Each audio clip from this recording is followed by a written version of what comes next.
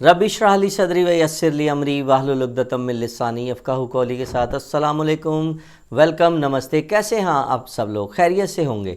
आज हम बात करेंगे, कल हमने बात की थी बाबर आज़म और विराट कोहली के हवाले से। पूरी दुनिया में और ख़ास तौर पे इंडिया और पाकिस्तान के अंदर एक डिबेट रहती है हमेशा से, कौन ज़्यादा बेहतर बैट्समैन है। तो हमने कल बताने की बड़े अच्छे तरीके से, बड़े क्लियर तरीके से कोशिश की कि ये कोई कंपैरिजन नहीं बनता।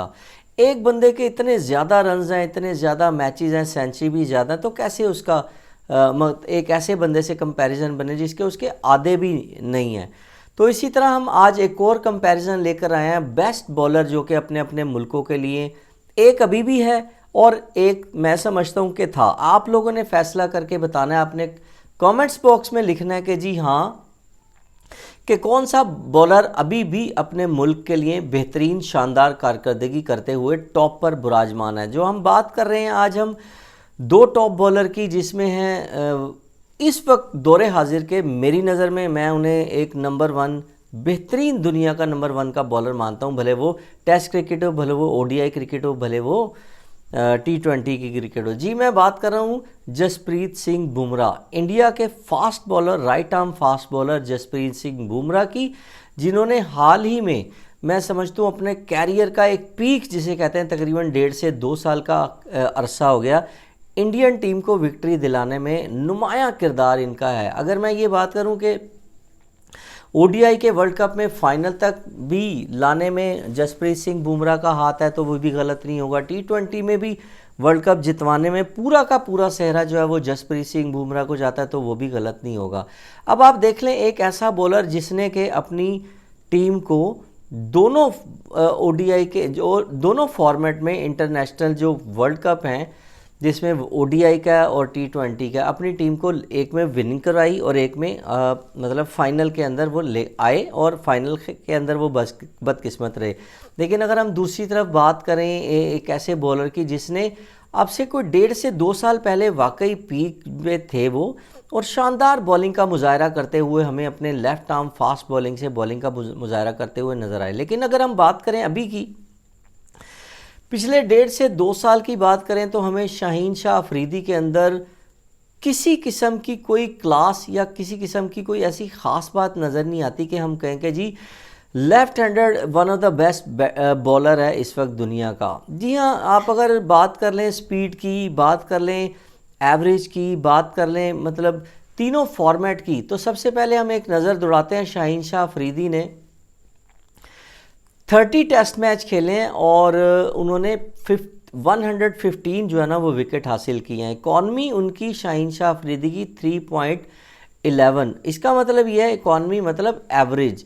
और इसके अलावा अगर हम बात करें एवरेज की, तो एवरेज है 27.1, टेस्ट की बात कर रहे हैं। इसके अलावा अगर हम बात करें ओडीआई की, तो शाहीन ने 53 मैचेस खेले हैं ओडीआई में और 104 विकेट इन्होंने ले रखी हैं। 5.54 की इकॉनमी और 23.9 की जो है ना वो इनकी एवरेज है।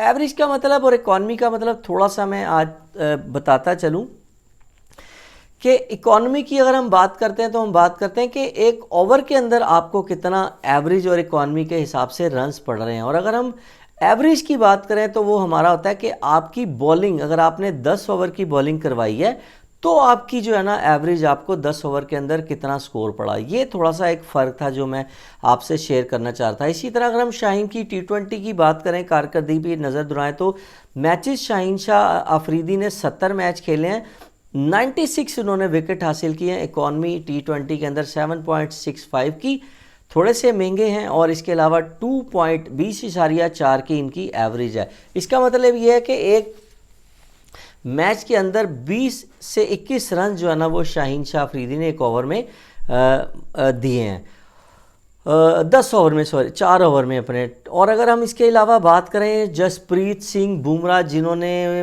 वर्ल्ड क्लास बॉलिंग मैं समझता हूँ अभी तक करवाई है पिछले 1.5 से 2 साल में, और ख़ास तौर पे अपनी बीमारी और मतलब इंजरी के बाद उन्होंने क्या ही ज़बरदस्त कमबैक किया। तो बुमराह की बात कर लेते हैं। बुमराह ने T20 मैचेस जो हैं वो 70 मैचेस के अंदर 96 विकेट ली, 7.6 की एवरेज और इकॉनमी 2.0 की थी। बुमराह की अगर हम बात करें, जसप्रीत सिंह बुमराह की टेस्ट की बात करें, 36 टेस्ट मैचों में उन्होंने 159 विकेट और 2.79 की उनकी इकॉनमी और 220.7 की उनकी एवरेज है।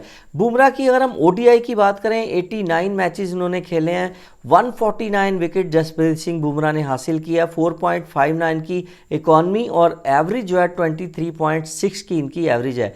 इसी तरह जसप्रीत सिंह बुमराह की अगर हम T20 की बात करें तो जसप्रीत सिंह बुमराह ने 70 मैच खेले हैं, 89 विकेट उन्होंने हासिल किए हैं, 6.27 की उनकी इकॉनमी है और अगर हम एवरेज की बात करें 17.7 की, जो कि एक बेहतरीन एवरेज होती है किसी भी बॉलर की T20 के अंदर। तो स्टैट बिल्कुल क्लियर बता रहे हैं कि कौन सा बॉलर जो है ना वो इस वक्त ज़्यादा बेहतर है। चलें, स्टैट में 19-20 का शायद फ़र्क हो भी सकता है क्योंकि जसप्रीत सिंह बुमराह अभी फुल पीक पे हैं और बीच में थोड़ा सा उनका इंजरी वाला भी आया, रेस्ट भी उन्होंने किया। लेकिन अगर मैं बात करूं, शाहीन शाह अफरीदी ने पिछले 1.5 साल में तो मैंने उनको कोई खातिर खा कारकर्दगी दिखाते हुए नहीं देखा, बल्कि मैंने उनको महंगा और ठीक ठाक मार उनको पड़ते हुए मैंने देखी। अगर मैं बात करूं, पिछले साल सितंबर में एशिया कप शुरू हुआ था श्रीलंका में।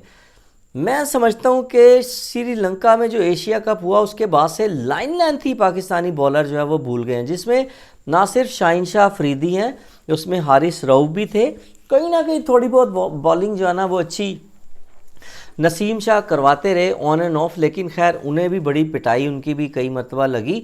और इस मैच के अंदर जो बांग्लादेश के साथ टेस्ट हुआ उसके अंदर भी आपने देखा कि सारे बॉलरों की ठीक ठाक किस्म की उसी विकेट पर, उसी बैटिंग विकेट पर, बैटिंग ट्रैक पर इनकी जो है ना पिटाई लगी और उसी बैटिंग ट्रैक पे बांग्लादेशी यंग फास्ट बॉलर ने बेहतरीन बॉलिंग की, शानदार बॉलिंग की और तारीखी फतह भी हासिल की। इसी तरह अगर हम बात कर लें यशस्वी जायसवाल की, थोड़ी सी बात करना चाहूँगा। यशस्वी जायसवाल इस वक्त 8वें नंबर पर जो है ना वो रैंकिंग में आ गए हैं। ये एक शानदार उनकी कारकर्दगी है और मैं ये समझता हूँ कि आने वाला टाइम यशस्वी जायसवाल का है। ख़ास तौर पे मैं टेस्ट जो WTC वर्ल्ड टेस्ट चैम्पियनशिप का इस वक्त दौरा है और सारे मुल्क, जितनी भी क्रिकेटिंग नेशन है, वो टेस्ट मैच खेलते हुए हमें नज़र आ रही हैं।